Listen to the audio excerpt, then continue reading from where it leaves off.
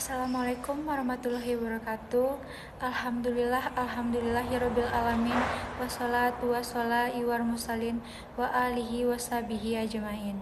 Baiklah, tanpa memperpanjang kata-kata mukadimah, langsung saja kita membahas sedikit ceramah tentang hanya sistem pendidikan Islam yang mampu melahirkan generasi emas. Mengapa sistem pendidikan Islam? Kita kaji sedikit pemahamannya. Tindakan kriminal yang dilakukan oleh remaja maupun pelajar, bahkan anak-anak berusia di bawah umur, terus meningkat dan mengkhawatirkan akhir-akhir ini.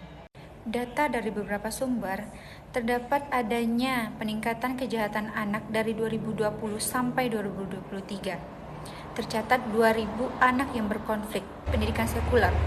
Sistem pendidikan sekuler ini terbukti telah gagal melahirkan generasi yang beriman dan bertakwa.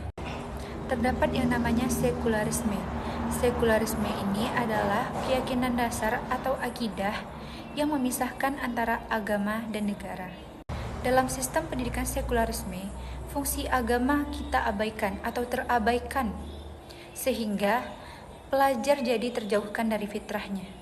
Sistem pendidikan sekuler ini juga menjadikan naluri pelajar tidak bisa dikendalikan atau tidak terkendalikan saat lingkungan eksternal memberikan stimulus negatif kepada pelajar tersebut.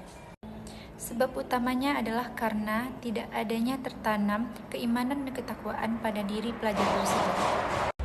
Sabda Rasulullah SAW, setiap anak yang dilahirkan dalam keadaan fitrah kedua orang tuanya, yang menjadikan dirinya Yahudi, Nasrani, atau Majusi.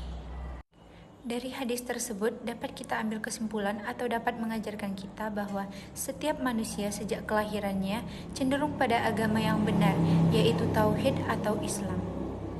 Allah Subhanahu wa Ta'ala juga berfirman, hadapkanlah wajahmu dengan lurus pada agama Allah Subhanahu wa Ta'ala, tetaplah atas fitrah Allah yang telah menetapkan manusia menurut fitrah itu. Tidak ada perubahan atas fitrah Allah, itulah agama yang lurus. Kebanyakan manusia tidak mengetahui. Dengan demikian, pada dasarnya fitrah anak itu adalah Islam. Dengan kita memilih membesarkan anak menggunakan sistem pendidikan yang sekuler atau menjauhkan anak tersebut dengan agama Islam, maka akan lahirlah generasi yang amoral, yaitu generasi yang mengabaikan agama Allah dan perintah Allah. Sosok generasi yang kehilangan fitrah dan amoral tersebut akan terus ada jika pemerintah tidak menyadari bahwa bahayanya sistem pendidikan sekuler ini terhadap masa depan dan generasi emas anak di masa depan. Sistem pendidikan sekuler ini menihilkan peran agama dan memfokuskan kepada orientasi kehidupan semata. Dengan kata lain, sistem pendidikan sekuler ini mengabaikan nilai-nilai yang terkandung di dalamnya keimanan dan ketakwaan. Dominasi sistem pendidikan sekuler di tengah-tengah kaum muslim di negeri ini jelas merupakan malapetaka. Malapetaka yang menonjol adalah lahirnya generasi-generasi yang sekularistik, yaitu generasi-generasi yang jauh dari agama. Karena jauh dari agama, mengakibatkan di kalangan pelajar maupun remaja akhir-akhir ini banyak terjadi kejahatan seperti pornografi, tawuran, narkoba, dan lain-lain. Untuk mengatasi hal tersebut, sistem pendidikan Islam menjadi solusi terbaik. Sistem pendidikan Islam memiliki karakteristik yang didasarkan oleh prinsip-prinsip agama Islam. Tujuan utamanya adalah membentuk kepribadian Islam kepada peserta didik. Sistem pendidikan Islam dimulai oleh Rasulullah SAW. Beliau mengajarkan hukum-hukum Islam kepada umat muslim, baik itu anak-anak, remaja, dewasa maupun orang tua. Tidak dibedakan antara laki-laki dan perempuan. Rasulullah SAW bersama sahabatnya hampir mengislamkan semua kalangan. Mereka mengajarkan Al-Quran dan sunnahnya kepada segenap lapisan masyarakat. Dengan itu lahirlah generasi ulul albab, yaitu generasi yang cerdas dan saleh. Meskipun begitu, Islam tetap memperhatikan ilmu pengetahuan, sains. Rasulullah SAW misalnya mengizinkan 2 orang sahabat beliau untuk pergi ke Yaman mempelajari teknik pembuatan senjata yang dinamakan dabbah.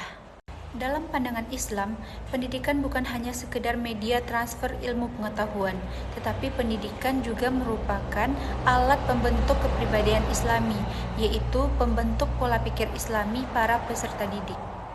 Pola pikir Islami berkaitan dengan pemahaman peserta didik terhadap hukum-hukum Islam, seperti wajib, sunnah, makruh, mubah, dan haram. Pola pikir Islami juga berkaitan terhadap perilaku peserta didik sesuai dengan hukum-hukum Islam di semua aspek kehidupan. Sistem pendidikan Islam di negara khilafah atau Indonesia ini mengintegrasikan antara ilmu agama dengan ilmu duniawi.